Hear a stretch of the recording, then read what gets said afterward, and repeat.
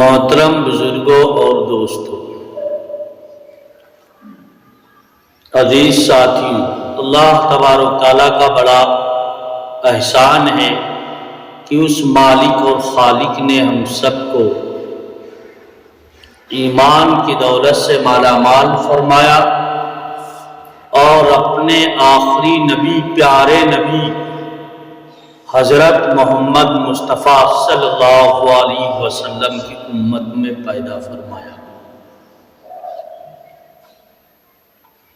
ہم نے آپ کے سامنے قرآن کریم کی ایک چھوٹی سی آیت کریمہ تلاوت کی، جس میں اللہ تعالیٰ فرماتے ہیں، پورے عالم کے انسانوں کو مخاطب ہو کر فرماتے ہیں، وَمَا الْحَيَاةُ الدُّنْيَا إِلَّا مَتَاعُ الْغُرُورِ،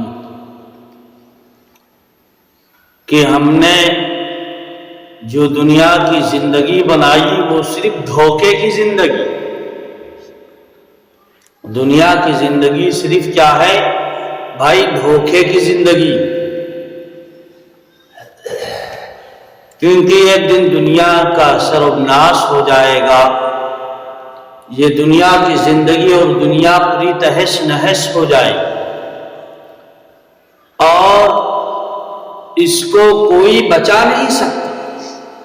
اللہ تبارک تعالیٰ کا اٹل فیصلہ۔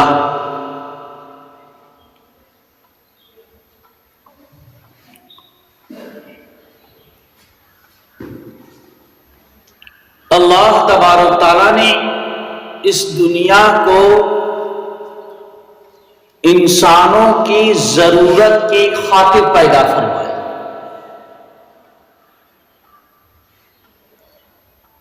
یہ دنیا انسانوں کے لیے اللہ تبارک تعالیٰ نے بنائی، نہ کہ انسان کو دنیا کے لیے بنائی۔ پتہ چلا کہ دنیا میں بسنے والے انسان اہم ہیں، امپورٹنٹ ہیں، اور دنیا جو ہے وہ ایک عارضی ہے، فانی ہے۔ لہذا دنیا کے اندر جو چیز پائی جاتی ہے وہ فانی۔ جب دنیا فانی، دنیا عارضی ہے، دنیا کے اندر جو چیز پائی جاتی ہے وہ صرف ایک دھوکہ ہے۔ جب ہماری آپ کی آنکھ بند ہو جائے گی تو یہی سب دکھنا بند ہو جائے گا۔ جب تک ہماری ایک ایک سانس چلتی ہے دنیا کی چیزیں نظر آتی ہیں۔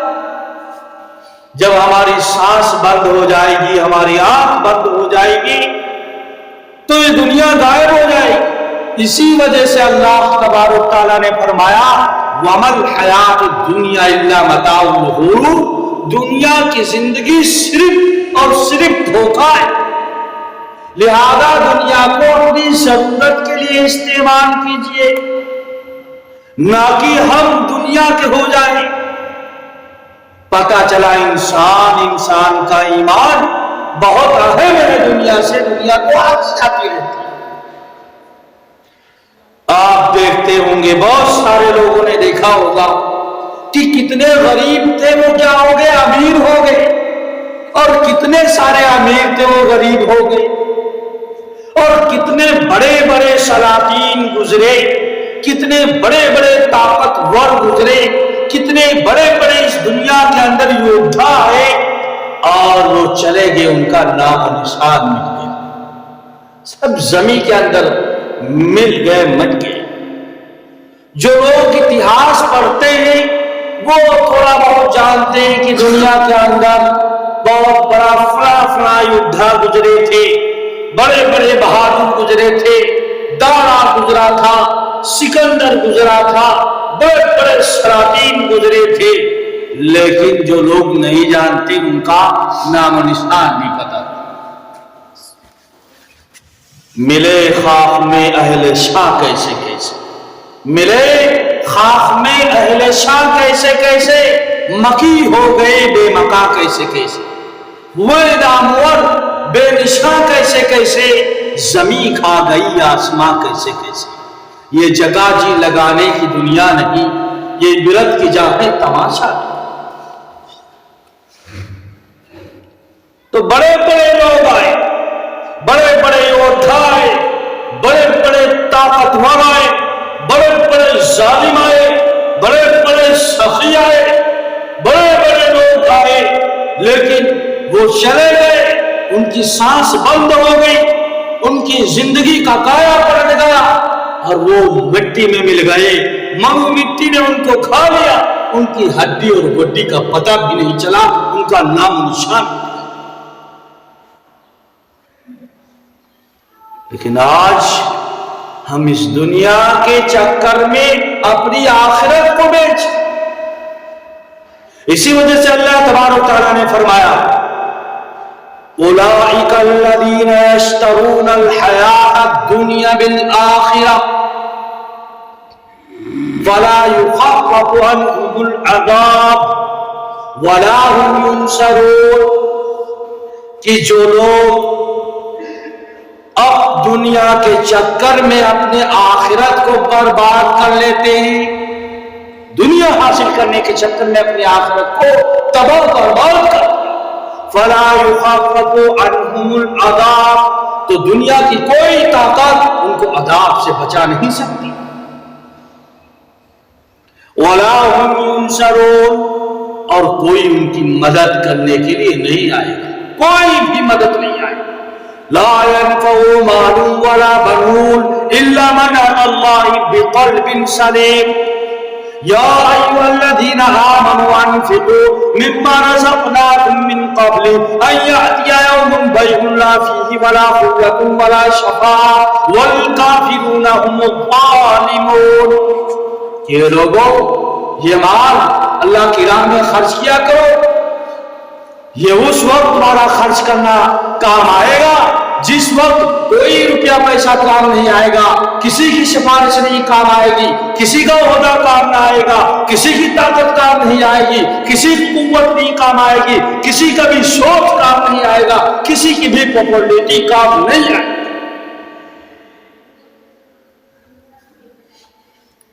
تو آج ہم جھوٹ کا بازار گرم کیے ہوئے، بے ایمانی کا بازار گرم کیے ہوئے، رشوت کا بازار گرم کیے ہوئے، ظلم و زیادتی کا بازار گرم کیے ہوئے، کیوں؟ صرف دنیا کے چکر میں ہم نے نبی صلی اللہ علیہ وسلم کے احکامات، اپنے نبی کی تعلیمات کو اس دنیا کے چکر میں بیچ دیا، اور ہر ایک کی زبان پر یہ ہے کہ اگر صداقت کے ساتھ، اگر دینداری کے ساتھ زندگی گزارو کہ دنیا کے اندر پریشان، آپ آگے نہیں بڑھ پائیں گے۔ اگر آپ کو بڑھنا ہے تو اپنی ایمانداری کو الگ رکھیے، اپنی صداقت کو الگ رکھیے، یہ دینداری کا چولا اتار دیجئے، پھر دیکھیے کہ کیسے آپ دنیا کے اندر ترقی پاتے۔ جھوٹ، سری جھوٹ،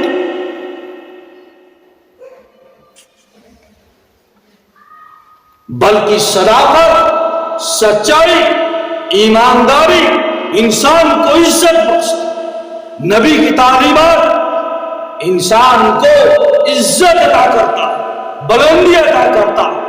قرآن کہتا ہے وَإِنَّمَا الْأَعْلَوْنَ إِن كُنتُم مُؤْمِنُونَ وَلَا تَحْزَنُوا، اے لوگوں تم غمگین نہ ہو، اس بات سے کش مکش میں نہ رہنا، بلکہ جتنا ہی زیادہ آپ کا اٹوٹ ایمان ہوگا، پہاڑوں جیسا ایمان ہوگا، صحابہ جیسا ایمان ہوگا، انما الأعلون ان کنتم مومنین، اتنے ہی آپ پوری دنیا کے اندر سر بلند رہو گے، دنیا کی بڑی بڑی سپر طاقتیں آپ کے سامنے سر ریز ہو جائیں گی، گھٹنے ٹیک دیں گی، سر جھکائیں گی۔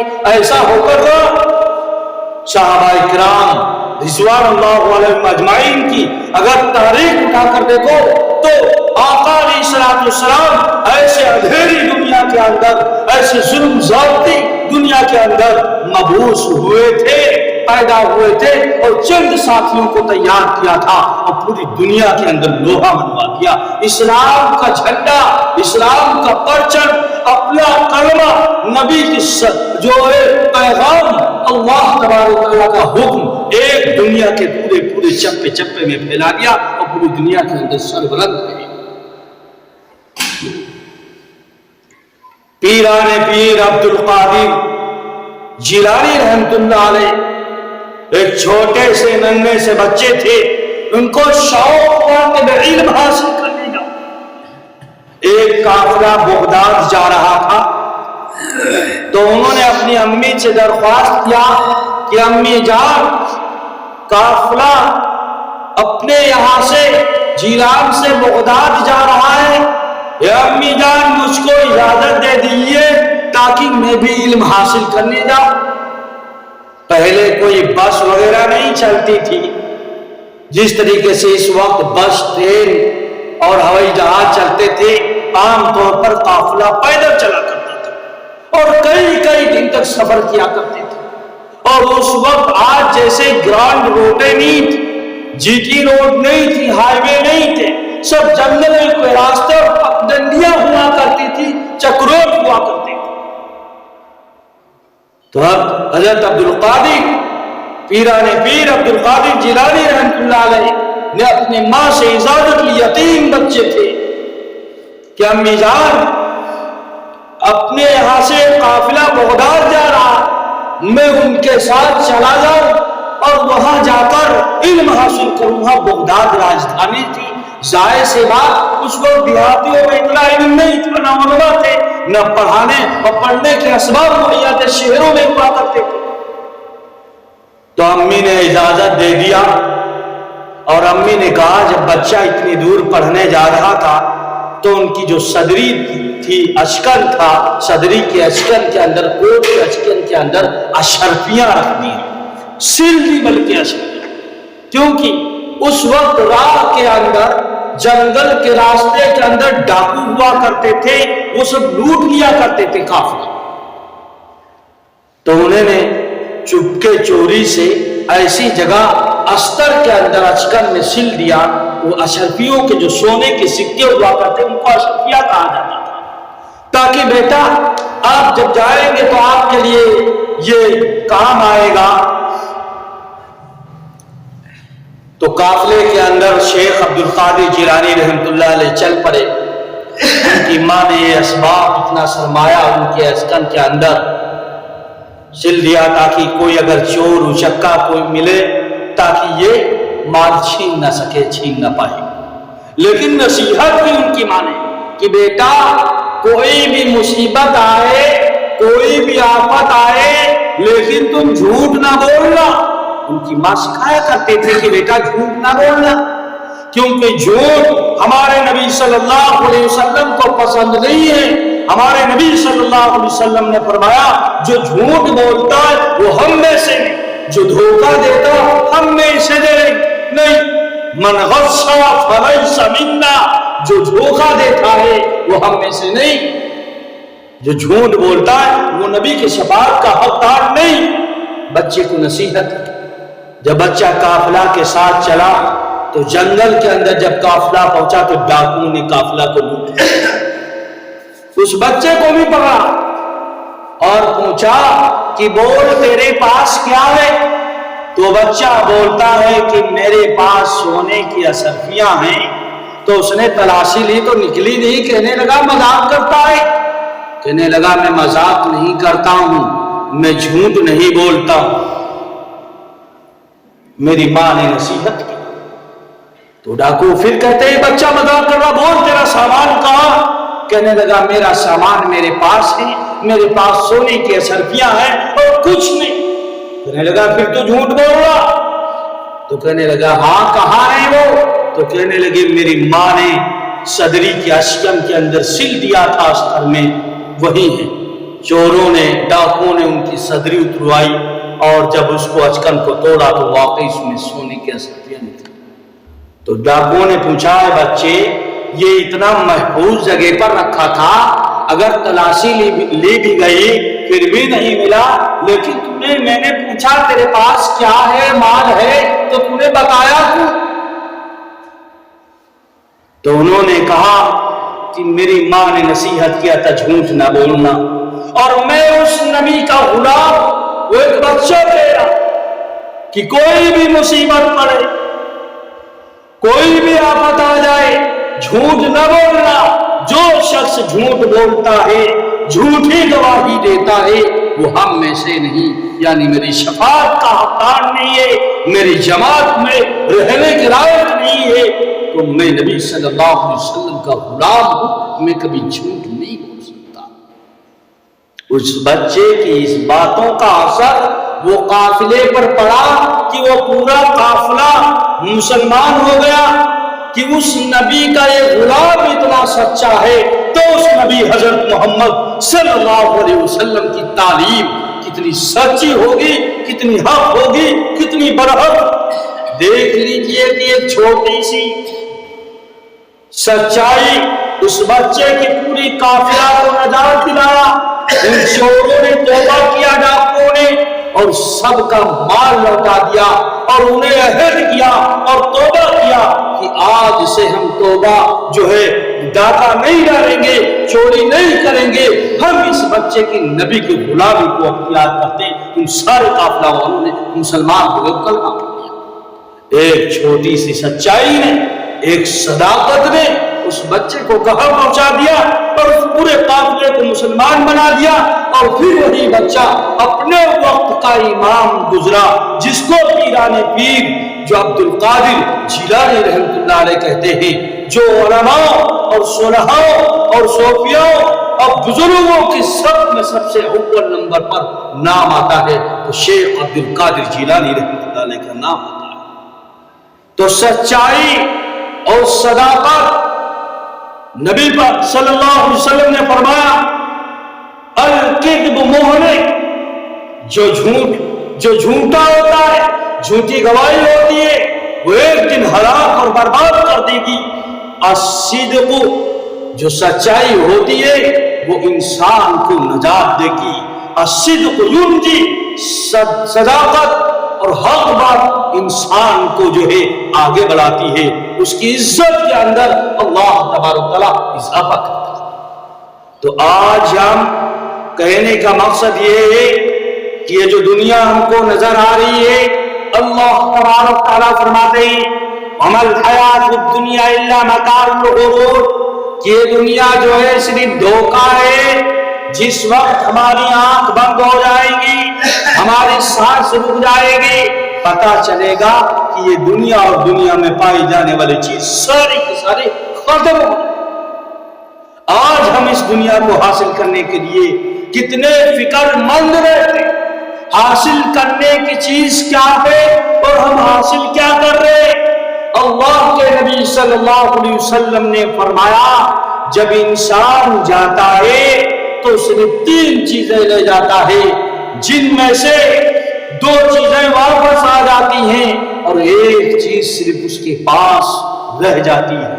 فرمایا جب انسان دنیا سے جاتا ہے تو اس کے رشتہ دار جاتے ہیں اور اس کے ساتھ اس کا مال جاتا ہے، کھاٹ ہو اور جو کچھ بھی ہو، تھوڑا کپڑا لتا جاتا ہے، اور اس کے رشتہ دار جاتے ہیں، اس کا عمل جاتا ہے، لیکن اس کے رشتہ دار، اس کا عمل لوٹ آتا ہے، لیکن اس کے پاس صرف رہتا ہے تو کیا رہتا؟ عمل رہتا ہے۔ اب ہم ذرا سے سوچے کہ وہ عمل جو عالم برزخ سخت ترین منزل کے اندر کام آنے والا ہے، ہمارے پاس کتنا ہے؟ جمع کرنے کی کیا چیز ہے اور ہم جمع کیا کریں؟ حاصل کرنے کی کیا چیز ہے، ہم حاصل کیا کریں؟ ہم سب دنیا دار کی مثال بالکل اس راہگیر کی طرح کہ ایک راہگیر جنت جنگل کے اندر سیدھے جا رہا ہے، چلا جا رہا ہے، آگے پہنچتا ہے تو سامنے ایک بڑی سی کھائی نظر آ رہی، ایک بڑا سا گڈھا نظر آ رہا، لیکن پیچھے سے ایک بھیانک ڈراؤنی گرجتی ہوئی ایک آواز کانوں تک پہنچتی ہے۔ جب وہ راہگیر پیچھے مڑ کر دیکھتا ہے تو کیا دیکھتا ہے؟ ایک درندہ، ایک چیتا اس راہگیر کی طرف دوڑتا ہوا آ رہا۔ جب وہ آدمی سوچتا ہے کہ میں وہ راہگیر یہ سوچتا کہ گڑھے میں اس کھائی میں چھپ کر اپنی جان کو بچا، اس درندے کے حملے سے میں بچ جاؤں۔ جب آگے پہنچتا ہے اس کھائی کے کنارے پر جاتا ہے تو دیکھتا ہے اس میں فنفناتا ہوا، پھونک مارتا ہوا بڑا زہریلا اژدہا ہے جو اس کی طرف پھونکار رہا ہے۔ اب وہ آدمی، وہ راہگیر ڈر جاتا ہے، بڑی کشمکش کے اندر ہے، اس کی موت اور زندگی کے درمیان وہ اس کی زندگی کے لالے پڑے، اگر پیچھے کو بھاگتا ہے تو اس کو درندہ کھا جاتا ہے، پھاڑ دیتا ہے، اگر اس کھائی کے اندر گڈھے کے اندر چھپ کر اپنی جان بچاتا ہے تو اس میں ایک اژدہا ہے جو اسے ڈس لے گا، بڑا فکر مند ہے، اس کے جان کے لالے پڑے ہوئے، اب کروں تو کیا کروں؟ بغل کے اندر ایک درخت تھا، لگا تھا، اچانک دفعتاً اس کے ذہن کے اندر یہ خیال آتا ہے کہ اس پیڑ پر چڑھ کر کیوں نہ اپنی جان بچا۔ جب وہ بندہ پیڑ پر چڑھ جاتا ہے اور چڑھ جاتا ہے، نیچے کو دیکھتا ہے تو یوں دیکھتا ہے ایک سیاہ اور سفید چوہے اس پیڑ کی جڑوں کو کاٹ رہے ہیں۔ جب اوپر بڑھتا ہے، نظر اوپر کی شاخ پر دوڑاتا ہے تو اس کو ایک شہد کا چھتا ملتا جو رس سے، شہد سے بھرا ہوا ہے۔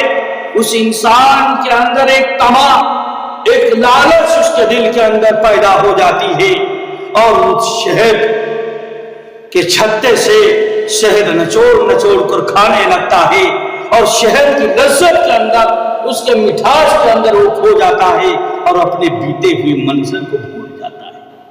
وہ سفید اور سیاہ جو چوہے نے اس پیڑ کی جڑوں کو کاٹ رہے تھے، وہ شہد کھانے کے اندر مست ہے، وہ شہد کی لذتوں کے اندر پھنس کر کے اپنے بیتے ہوئے منظر کو بھول جاتا ہے، اور اتنے میں وہ دونوں چوہے اس درخت کی جڑوں کو کھوکھلا کر دیتے ہیں، جڑوں کو کاٹ دیتے ہیں۔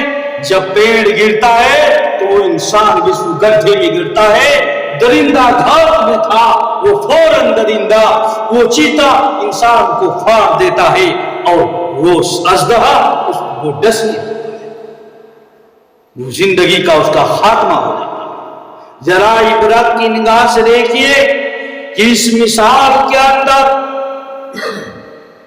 جو جنگل نظر آ رہا تھا وہ جنگل تھا، وہ دنیا تھی،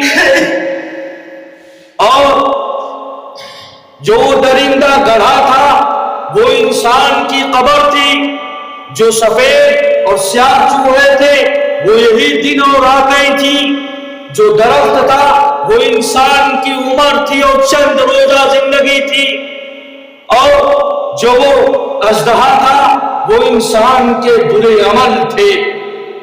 جس طریقے سے وہ راہگیر اس شہر کی لذتوں کے اندر مست ہو کر اپنی بیتے ہوئے منظر کو بھول جاتا ہے، اسی طریقے سے اس دور کے مسلمان، ہم آپ دنیا دار، بالکل اسی طریقے سے ہم دنیا کے اندر مست ہو کر اور آخرت کی زندگی سے بے پرواہ ہو جاتے ہیں، بھول جاتے ہیں موت کی سختی کو، موت کی کڑواہٹ کو، اور عذاب قبر کو، اور قبر کے اندر ہونے والے سوال اور جواب کو، اور قیامت کی جو ہولناکی کو، میدان محشر کے پریشانی کو، قیامت کے حساب کتاب کو ہم بالکل بھول جاتے ہیں، عالم برزخ کو بالکل بھول گئے۔